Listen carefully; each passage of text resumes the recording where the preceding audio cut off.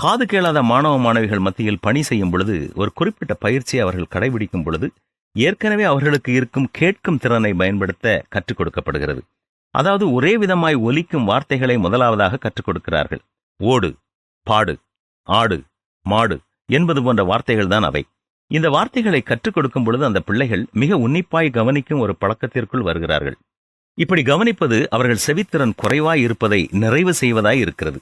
இதற்கு அதிகமான பொறுமை வேண்டும். ஆனால் இப்படி செய்வது மிகவும் பலனளிக்கும் ஒன்றாக இருக்கிறது. இதுபோலவே கடவுளுடைய சத்தத்தை கேட்கவும் நம்மை நாம் பயிற்றுவித்துக் கொள்ள முடியும். கடவுள் நமக்கு வழிகாட்ட வேண்டும் என்று எந்த காரியத்தை குறித்தாவது நாம் பிரார்த்தனை செய்து கொண்டு இருப்போம் என்றால் அந்த குறிப்பிட்ட காரியத்திற்காக நாம் ஜெபித்த பின்பு கர்த்தர் எனக்காக யாவையும் செய்து முடிப்பார் என்ற வசனத்தை அடிக்கடி நாம் கூற வேண்டும். இப்படி விசுவாச அறிக்கை செய்வதன் மூலம் நம்முடைய நம்பிக்கை உறுதிப்படும்.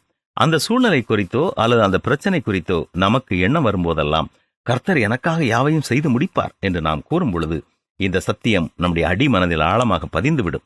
அதன்பின் நாம் திறந்த மனதோடு இருக்கும் பொழுது, நாமே பிரச்சனைகளுக்கான விடையை சிந்தித்து திட்டமிடாமல் இருக்கும் பொழுது, சில வேளைகளில் திடீரென்று ஒரு நொடிப்பொழுதில் அதற்கான விடை நமக்கு தெரியும். அல்லது சில நேரங்களில் நம்முடைய அடிமனதிலிருந்து அது நமக்கு தோன்றும். பாத்திரங்களை கழுவிக் கொண்டிருக்கும் பொழுதோ, இல்லை வாகனங்களை ஓட்டிக் கொண்டிருக்கும் பொழுதோ, அல்லது வேறு எதையாவது வேலை செய்து கொண்டிருக்கும் பொழுதோ நம்முடைய உள்ளத்தில் அதற்கான விடை நமக்கு தெரியும்.